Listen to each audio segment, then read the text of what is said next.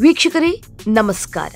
Doctor Manjunath Bengaluru ಗ್ರಾಮಾಂತರ ಕ್ಷೇತ್ರದಿಂದ ಸ್ಪರ್ಧೆಯನ್ನ ಮಾಡ್ತಾ ಇದ್ದಾರೆ ಬಿಜೆಪಿಯ ಅಭ್ಯರ್ಥಿಯಾಗಿ. ಅವರು ಕಣಕ್ಕಿಳಿತಾ ಇದ್ದಾರೆ ಅಂದ ತಕ್ಷಣನೇ ಸಾಕಷ್ಟು ವಿರೋಧಗಳನ್ನ ಎದುರಿಸಬೇಕಾಯ್ತು. ಅವರು ಅಷ್ಟೇ ಅಲ್ಲ, ಈಗಲೂ ಕೂಡ ವಿರೋಧಗಳನ್ನ ಎದುರಿಸ್ತಾ ಇದ್ದಾರೆ.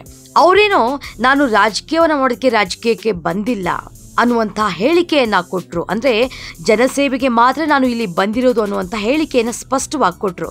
ಆದರೆ ಅದನ್ನು ನಮ್ಮ ರಾಜಕೀಯ ವಲಯದಲ್ಲಿ ಅರಗಿಸ್ಕೊಳ್ಬೇಕಲ್ಲ, ಖಂಡಿತವಾಗ್ಲೂ ಇಲ್ಲ. ಇಲ್ಲಿ ಟೀಕೆ ಟಿಪ್ಪಣಿಗಳು ಇದ್ದೇ ಇರುತ್ತೆ. ಹಾಗೆಯೇ ಯಾಕೆ ಈ ಬಗ್ಗೆ ಹೇಳ್ತಾ ಇದ್ದೀನಿ ಅಂದರೆ, ಇದು ಯಾರಿಗೆ ಪ್ಲಸ್ ಆಗುತ್ತೆ, ಯಾರಿಗೆ ಮೈನಸ್ ಆಗುತ್ತೆ. ಡಾಕ್ಟರ್ ಮಂಜುನಾಥ್ ಅವರ ವಿರುದ್ಧ ಮಾತನಾಡ್ತಾ ಇರುವಂಥದ್ದು ಡಿ.ಕೆ. ಸುರೇಶ್ಗೆ ಎಷ್ಟು ಸರಿ, ಹಾಗೆಯೇ ಯಾವ ರೀತಿಯಾಗಿ ವಿರೋಧಗಳನ್ನ ಎದುರಿಸ್ತಾ ಇದ್ದಾರೆ ಮಂಜುನಾಥ್, ಆ ಬಗ್ಗೆ ಒಂದಿಷ್ಟು ವಿಚಾರಗಳನ್ನ ಪ್ರಸ್ತಾಪ ಮಾಡ್ತಾ ಹೋಗೋಣ ಈ ವಿಡಿಯೋದಲ್ಲಿ. ವೀಕ್ಷಕರೇ, ಬೆಂಗಳೂರು ಗ್ರಾಮಾಂತರ ಕ್ಷೇತ್ರದ ಅಭ್ಯರ್ಥಿಯಾಗಿ ಬಿಜೆಪಿಯ ಅಭ್ಯರ್ಥಿಯಾಗಿ ಡಾಕ್ಟರ್ ಮಂಜುನಾಥ್ ಅವರು ಸ್ಪರ್ಧೆ ಮಾಡುವಂಥದ್ದು ಖಚಿತವಾಗಿದೆ. ಇನ್ನು ಇದಕ್ಕೆ ಸಂಬಂಧಪಟ್ಟಂತೆ ಡಿ.ಕೆ. ಸುರೇಶ್ ಒಂದು ಮಾತು ಹೇಳಿದ್ರು. ದೇವೇಗೌಡ ಅವರ ಕುಟುಂಬದ ವಿರುದ್ಧ ಸ್ಪರ್ಧೆ ಮಾಡುವುದು ನನಗೆ ಹೊಸತೇನೂ ಅಲ್ಲ, ಶಿವಕುಮಾರ್ಗೂ ಕೂಡ ಇದು ಹೊಸದಲ್ಲ ಅಂತ ಡಿ.ಕೆ. ಸುರೇಶ್ ಹೇಳಿಕೆಯನ್ನ ಕೊಟ್ಟಿದ್ರು. ಚನ್ನಪಟ್ಟಣದ ತಿಟ್ಟಮಾರನಹಳ್ಳಿಯಲ್ಲಿ ಮಾಧ್ಯಮ ಪ್ರತಿನಿಧಿಯೊಂದಿಗೆ ಮಾತನಾಡುವಂತ ಸಂದರ್ಭದಲ್ಲಿ ಸಂಸದ ಡಿ.ಕೆ. ಸುರೇಶ್, ದೇವೇಗೌಡರು ಎಚ್.ಡಿ. ಕುಮಾರಸ್ವಾಮಿ ಅವರ ಪಕ್ಷ ಸರಿ ಇಲ್ಲ ಅಂತ ಅಳಿಯ ಬಿಜೆಪಿಯಿಂದ ಸ್ಪರ್ಧೆ ಮಾಡ್ತಾ ಇದ್ದಾರೆ ಅಂತ ಟೀಕೆ ಮಾಡಿದ್ರು. ಮೊದಲನೇದಾಗಿ ಬಿಜೆಪಿಯನ್ನ ಸೇರಿದಕ್ಕೆ ಅವರು ಈ ಟೀಕೆಯನ್ನ ಎದುರಿಸಬೇಕಾಯ್ತು. ಅಷ್ಟೇ ಅಲ್ಲ, ಈ ಸಂದರ್ಭದಲ್ಲಿ ಸುರೇಶ್ ಒಂದು ಮಾತು ಹೇಳ್ತಾರೆ. ಬಿಜೆಪಿ ಜೆಡಿಎಸ್ ಮೈತ್ರಿ ಅಭ್ಯರ್ಥಿ ಡಾಕ್ಟರ್ ಮಂಜುನಾಥ್ ಯಾರೆಂಬುದು ನನಗೆ ಗೊತ್ತಿಲ್ಲ. ದೇವೇಗೌಡರ ಅಳಿಯ ಡಾಕ್ಟರ್ ಮಂಜುನಾಥ್ ಈಗ ಮೈತ್ರಿ ಅಭ್ಯರ್ಥಿಯಾಗಿದ್ದಾರೆ. ಅವರು ಮೊದಲು ಅರ್ಜಿ ಹಾಕ್ಲಿ, ಆಮೇಲೆ ಮಾತಾಡ್ತೀನಿ, ಸದ್ಯ ಅವ್ರ ಬಗ್ಗೆ ನಾನು ಮಾತನಾಡೋದಿಲ್ಲ ಅಂತ ಹೇಳಿದ್ರು. ಇದೇ ವೇಳೆ ಬಿಜೆಪಿಯಲ್ಲಿ ಸಂಸದ ಪ್ರತಾಪ್ ಸಿಂಹಗೆ ಟಿಕೆಟ್ ನೀಡದೆ ಕೈ ಕೊಟ್ಟಿದ್ದಾರೆ ಎಂಬ ವಿಚಾರಕ್ಕೆ ಸಂಬಂಧಪಟ್ಟಂತೆ ಕೂಡ ಅವರು ಪ್ರತಿಕ್ರಿಯೆಯನ್ನು ಕೊಟ್ಟು ಟಾಂಗ್ ಅನ್ನ ಕೊಟ್ಟಿದ್ರು. ಇನ್ನು ಬಾಲಕೃಷ್ಣ ಅವರು ಕೂಡ ಮಂಜುನಾಥ್ ಸ್ಪರ್ಧೆ ಬಗ್ಗೆ ಮಾತನಾಡಿದ್ರು. ವೈಟ್ ಕಾಲರ್ನವರು ಬಂದು ಇಲ್ಲಿ ಏನ್ರೇ ಮಾಡ್ತಾರೆ, ಅವ್ರು ಏನ್ರೇ ಮಾಡಕ್ ಸಾಧ್ಯ ಅನ್ನುವಂಥ ಹೇಳಿಕೆಯನ್ನ ಕೊಟ್ಟರು. ಇದು ವ್ಯಾಪಕ ಚರ್ಚೆಗೆ ಗ್ರಾಸವಾಗಿತ್ತು. ವೈಟ್ ಕಾಲರ್ನವರೇ ಅಲ್ವಾ ಸ್ವಾಮಿ ಜನರ ಜೀವವನ್ನು ಉಳಿಸಿದ್ದು ಅಂತ ಬಿಜೆಪಿ ವಲಯದಿಂದ ಮಾತುಗಳು ಕೇಳಿ ಬಂದಿದ್ವು. ಇನ್ನು ಡಿ.ಕೆ. ಶಿವಕುಮಾರ್ ಕೂಡ ಮಂಜುನಾಥ್ ಸ್ಪರ್ಧೆಯ ಬಗ್ಗೆ ವ್ಯಂಗ್ಯವಾಡಿದ್ರು.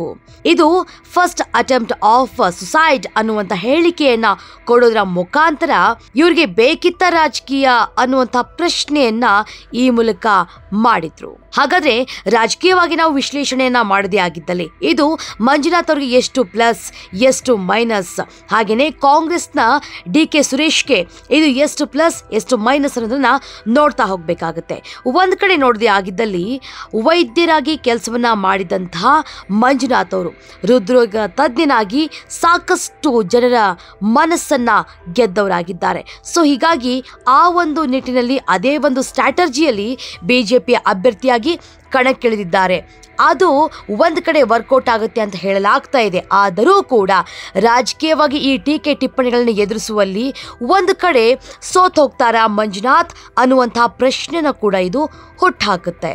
ಇನ್ನು ಕಾಂಗ್ರೆಸ್ನವ್ರಿಗೆ ನೋಡಿ, ಕಾಂಗ್ರೆಸ್ನವರು ಒಂಚೂರು ಮಂಜುನಾಥ್ ಅವರ ಬಗ್ಗೆ ಯೋಚನೆ ಮಾಡಿ ಮಾತಾಡಬೇಕಾಗತ್ತೆ.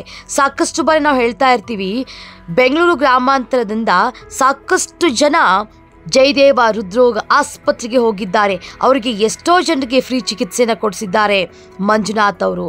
ಎಷ್ಟೋ ಜನರ ಹೃದಯವನ್ನ ಕಾಪಾಡಿದ್ದಾರೆ.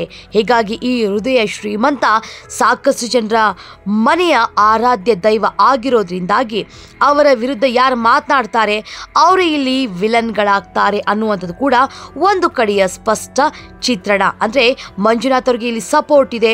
ಡಿ.ಕೆ. ಸುರೇಶ್ ಆಗಲಿ ಅಥವಾ ಕಾಂಗ್ರೆಸ್ನ ಯಾರೇ ಅವ್ರ ವಿರುದ್ಧ ಮಾತನಾಡಿದ್ರು ಕೂಡ ಅವರು ಇಲ್ಲಿ ವಿಲನ್ ಆಗ್ತಾರೆ, ಅದು ಅವ್ರಿಗೆ ನೆಗೆಟಿವ್ ಆಗುತ್ತೆ ಅನ್ನುವಂತಹ ಮಾತುಗಳು ಕೂಡ ಕೇಳಿ ಬರ್ತಾ ಇದೆ. ಸೊ ಇದು ಮುಂದಿನ ಹಂತದಲ್ಲಿ ಅಂದರೆ ಚುನಾವಣೆಯ ನಂತರ ಯಾವ ರೀತಿಯಾಗಿ ಎಫೆಕ್ಟ್ ಆಗುತ್ತೆ ಅನ್ನೋದು ನಿಜವಾಗ್ಲೂ ಒಂದು ಚಿತ್ರಣ ಇಲ್ಲಿ ಸ್ಪಷ್ಟವಾಗಿ ಗೊತ್ತಾಗುತ್ತೆ. ಇನ್ನು ಈ ಬಗ್ಗೆ ನೀವೇನಂತೀರಾ? ಕಮೆಂಟ್ ಮೂಲಕ ತಿಳಿಸಿ.